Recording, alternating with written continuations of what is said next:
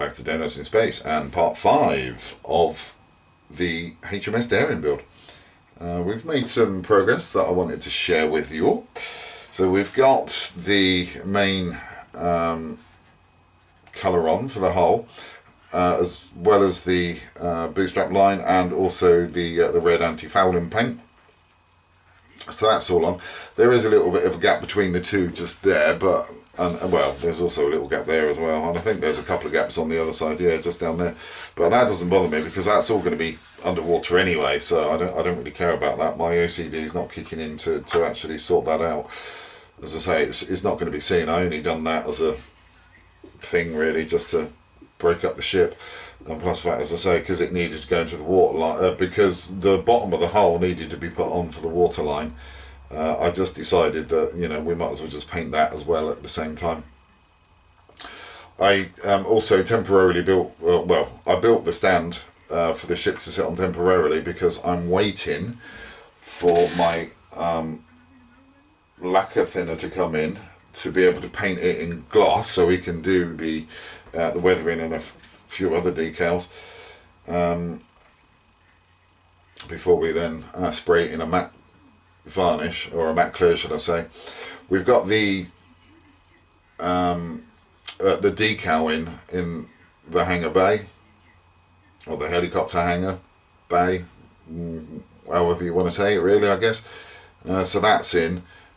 I needed to get that in before I did anything else in there. I need to get the sidewalls in as well. Once the sidewalls are in, hopefully either sort of tomorrow or the next day the thinners will go in so I can get this painted, because I am going to need to do some weathering on the inside of here to sort of dirty that up a bit before I do anything else, and then I can spray it down with some matte clear to bring it down to the hue that it needs, and then that'll be fine. And then I'll be able to get the roof on as well, and get the lights running through. So that's that bit. Let's just get that over there, get that out the way. This is the starboard side. This is practically done really. I mean, all that needs to happen here is some weathering really, to be fair, and that's done. Then we've got this one. The ladder has actually come out of this, but there's not really a lot of meat to actually glue these ladders to. So I'm just going to need to put that ladder back in once the hangar bay wall is actually in. So that's that bit done. And then here is, if I can get hold of it, the roof for hangar the bay. We've got 4 LEDs in there. The front and the rear one, they are the red ones, and then next to them we've got the normal white ones. They just need to be the brightness, it just need to be reduced on those. I think 20k resistor should be able to do that, maybe a little bit less for the red ones. So that's that bit done. We've also got the bridge now, that's completed. So we got that painted. We've got the light ghost grey painted on the bottom, and also across the sides and around the windows and at the back of the deck there. So that's all that done as well. And then we've also got the, if I can find them, oh yeah, here they are. That is finished practically, to be fair. We've painted the light ghost grey on this. So that's all done and ready to go. That just needs to be clear coated, to be fair. There's no decals that I'm aware of that go on this.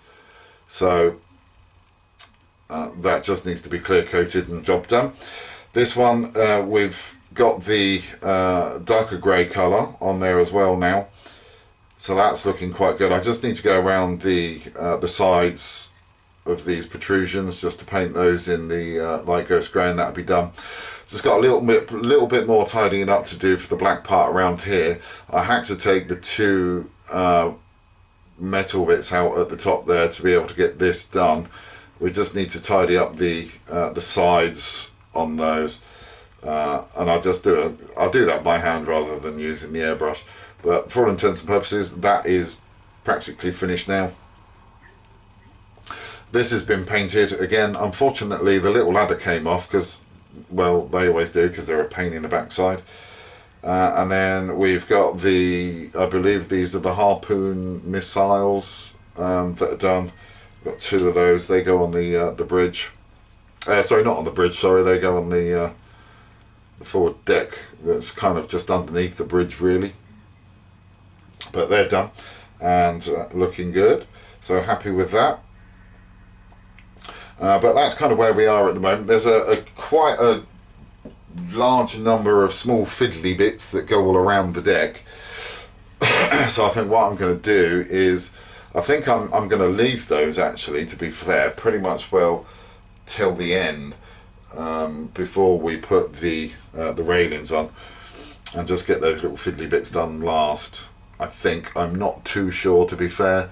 I might actually do it before, because with all the superstructures that go on there, with the amount of photo etch, I don't want to bend or ruin those at all. So I might put those on before, and then because they're so small and they sit proud of the deck, I can actually paint those by hand whilst they're on, because the size of them, it won't really matter, to be fair. But that is about it for the moment, guys. I've still got the CIWS phalanx weapons to paint, to build and paint as well. But again, there's no point in doing that until just before we're ready to actually put all the superstructures on the top. But yeah, that's going to be about it for the moment, guys. I will carry on, get some more work done to this, and I will come back to you as soon as I've got some more work done.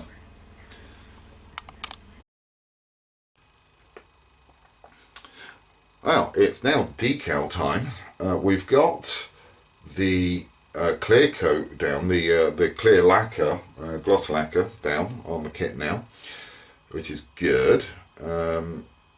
So we can start doing the decals, and as soon as they're done, I'll just put another quick coat of clear lacquer over the top of those to seal them in. Once that bit's done, I can start the process of weathering the back deck, and once that bit's done, I can then get the hangar bay roof on, which would be a good thing, because that means I can then get the other parts to this part of the superstructure in, because this does need to be finished off, but I can't really finish that off until such time that the roof's in. So yeah, that's kind of important that we get that bit in, so we can get that bit built up. We've also got the life raft canisters on the back as well, and we've also got them on this part of the deck, and then we've also got the ones hiding behind the water brake device there. We've got the wave breaker in. The missile solo on the front is actually glued in, and then we've got these 2 bits in there. So everything is running along tickety-boo at the moment, and she's looking quite good, to be fair. I'm quite happy with the progress on this. So I think once I've got the decals done, I will come back to you so we can have a little look-see-loo at those. Well, we got most of the decals on the ship now. Well, the biggest ones anyway. All the rest of them are little small ones that we can't do anything with yet, to be fair, because most of those goes on the parts of the superstructure here that are missing. But if we start from the back, we've got the designation markings to let everybody know what ship that they're on. Then we've got the I suppose landing bay, or the landing markings for the hangar deck. That decal you think is going to be a pain in the bum to lay down, but to be fair, that decal went down so smoothly, it was unbelievable. And then we got the red and white decal stripe that goes over the top. That was again an easy decal to lay down. Then you got the 2 zigzag ones there, and then you got the 2 so-called warning decals for the phalanx guns. They were easy to put down, and then you've got the big circly ones at the front, just there. You think that that one's going to be an easy one to put down, but oh boy, was it not. That was a pain in the bum to do that one. And then on the back we've got the D32, and then on the back end you got the name of the ship, the plimsoll line there, and another little plimsoll line just whoop there, and then another little plimsoll line just there, then the destroyer's designation, and then another plimsoll line there, and then it's exactly the same on the other side as well. So yeah, quite happy with the way that this ship is coming out. I just need to wait now for these decals to dry off properly.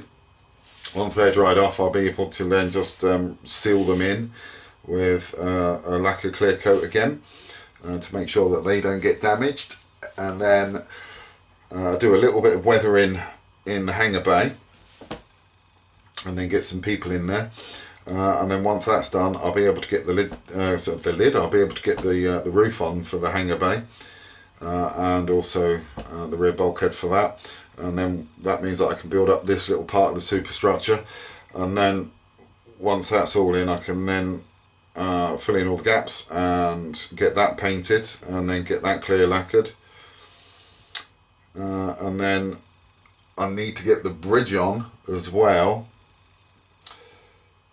mainly because I need the wires to run through, because once that's on and that's on, I can then think about getting this into the seascape once all the weathering's done to it and that's completely sealed. And the reason why I'm going to put that in the seascape first is because this is going to be a lot safer and less likely to get damaged if it's sitting in the seascape, and the second reason why I want to get it in the seascape is because before I put any of the superstructure on with the photo etch, I would rather get the waves and whatnot sorted out for the seascape first before all of those go on, because I don't want to damage any of the photo etch once this goes into the water, because we've got the safety nets that need to go around the back end, we've got the railings as well that need to go on the front end of there, and then with all the photo etch, as I say, that goes on the parts of the superstructures that aren't on there. So yeah, I need to really get this in the water first, and I can't really get this in the water until such time that the base comes, because I need to make sure that this is at the right depth in the water, and then I need to calculate how much of the deep pore clear water resin I need to put in. Luckily enough, on the Woodland Scenics website, there is a calculator there that you can use to calculate how much of the water system that you need to put in there. That just goes by the width and the length and the depth, and then it'll calculate that out for you. But in the meantime, as I say, just wait for that to dry off, clear coat it, get some weathering done to it, and there's a few other bits and pieces that I can do anyway. And I'm just waiting for my little men and the main deck gun to come in, and then as soon as that's in, I can get those bits sorted out, and I can get some little men floating about in that area there, and that'd be quite cool. So I'm going to leave the video here, guys. I think it's most probably more than long enough already, so I'll leave it here, and I'll catch up with you in, I do believe it's going to be part 6 of this wee beastie. So until then, as always, thanks for watching, and please do take care.